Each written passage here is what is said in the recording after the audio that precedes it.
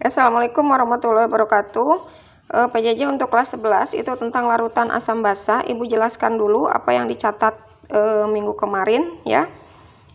Asam itu ciri-cirinya, satu, rasanya asam, tapi jangan dicoba-coba dirasakan. Untuk asam kuat seperti asam sulfat dan asam klorida itu akan melepuh di lidah ya karena saking kuatnya. Yang kedua itu mempunyai ion H+. Ini ciri khas asam adalah mengandung ion H+. Ingat-ingat ya, mengandung ion H+. Kemudian dapat mengubah kertas lakmus biru menjadi merah ya. Kertas lakmus biru menjadi merah, nanti kita praktikum ya di virtual. Nanti Ibu jelaskan. Kemudian yang keempat, bersifat korosif, itu menyebabkan perkaratan. Ya, jadi kalau misalnya besi ditambahkan dengan asam itu akan cepat berkaratnya dibandingkan dengan tidak diberikan asam. Yang kelima itu pH lebih kecil dari 7 ya. Tata nama asam itu kata pertama diawali dengan kata asam, kemudian diikuti dengan anionnya. Anion itu apa? Ini ada SO4, ada PO4, Cl, Fi, dan seterusnya, itu namanya anion. Jadi H itu artinya asam ya, ini H+, ini H asam. Jadi semua dipakai, pertamanya pakai asam. Anionnya apa? Tinggal gabungkan. Ini H asam, SO4 itu sulfat. Sudah di kelas 10 ya, Ibu kasih anion-anion semua dengan namanya. Ya, tinggal digabungkan H asam SO4 sulfat, jadi asam sulfat. H itu asam PO4 fosfat, jadi digabungkan asam fosfat. H itu asam Cl, itu pakai akhiran ida, klor ya, jadi asam klorida. H asam F-fluor, pakai akhiran ida, jadi asam fluorida. H asam I itu iodium, pakai akhiran ida, jadi iodida, jadi asam iodida. H itu asam CO3 itu karbonat, jadi gabungkan asam karbonat. Kemudian ini H2CO3, H asam, CO2 itu karbonit, jadi asam karbonit. H asam NO3 nitrat ya, jadi asam nitrat. H asam NO2 nitrit, jadi asam nitrit. Jadi kamu harus hafal anionnya. Kalau nggak hafal anionnya nggak bisa memberi nama. Kemudian kekuatan asam, itu asam ada kekuatannya ada dua, ada asam kuat dan asam lemah.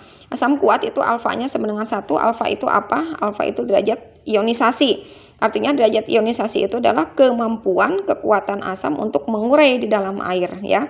Karena asamnya kuat, jadi si ion-ionnya itu terionisasi semua, bereaksi semua dengan air, terurai semua dengan air. Makanya namanya terionisasi sempurna. Contohnya HCl, HF, HNO3 dan H2SO4. Yang kedua, asam lemah itu alfanya kurang dari 1. Ini terionisasi sebagian, karena lemah jadi dia terurai dalam air, enggak semuanya ya, jadi hanya sebagian. Contohnya asam fosfat, asam karbonat, dan asam karbonit. Nah, kemudian reaksi ionisasi kamu perhatikan. Ini contohnya H2SO4. Lihat caranya gampang. Ini H-nya ada berapa? 2. Tulis di depan sebagai koefisien 2. Kamu tahu H itu kan cirinya ada ion H+-nya. Masukkan di sini H-nya. 2H+. Dari mana angka 2? Dari jumlah H-nya di sini ya. 2H+ ditambah ini sisanya apa? SO4.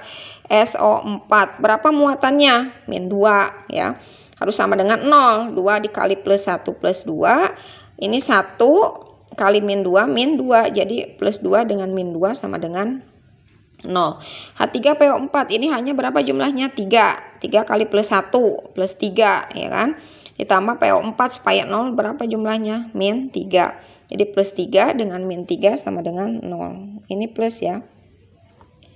Kemudian HCl hanya plus 1, cuma 1 jumlahnya, pasti Cl-nya min. Plus 1 dengan -1 jumlahnya 0. HNO3 hanya plus 1, jumlahnya 1, NO3-nya -1 ya. Jadi jumlahnya 0. Jadi semua jumlahnya harus jumlah muatan ya sama dengan 0. Kemudian valensi asam itu menunjukkan jumlah H-nya ya. Valensi asam itu menunjukkan jumlah H-nya. Valensi asam ada 3, valensi 1, 2, dan 3.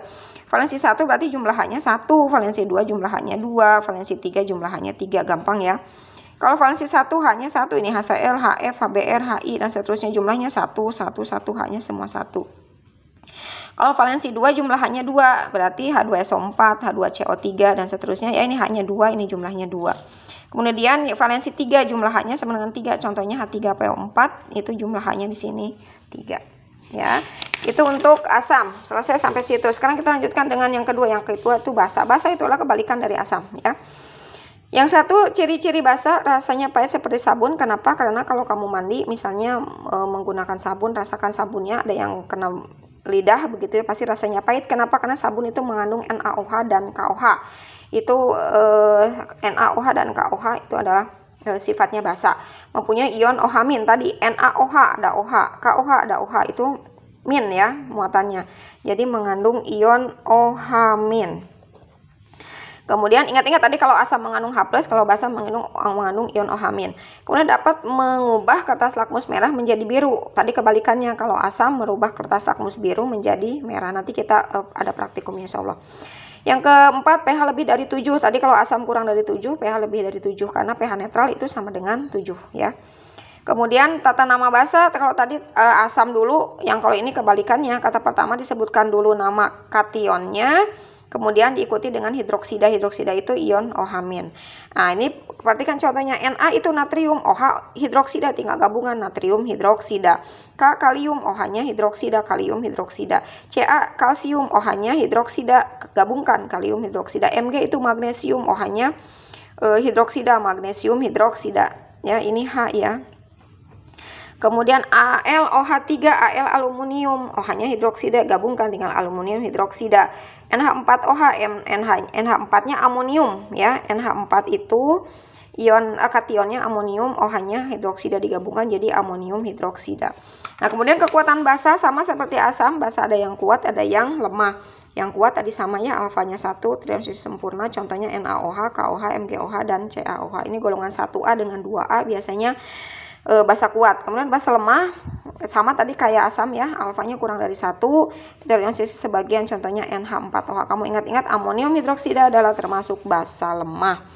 Reaksi ionisasinya ya, NaOH, ini Na-nya kita tahu golongan 1 plus 1, OH-nya OH-. Kalau nggak tahu golongannya, mas lupa begitu, ingat saja OH itu min ya, OH- ya. Baik, di sini OH-. OH-nya ada berapa? 1. Ya udah 1 OH-. 1 kali min 1, min 1.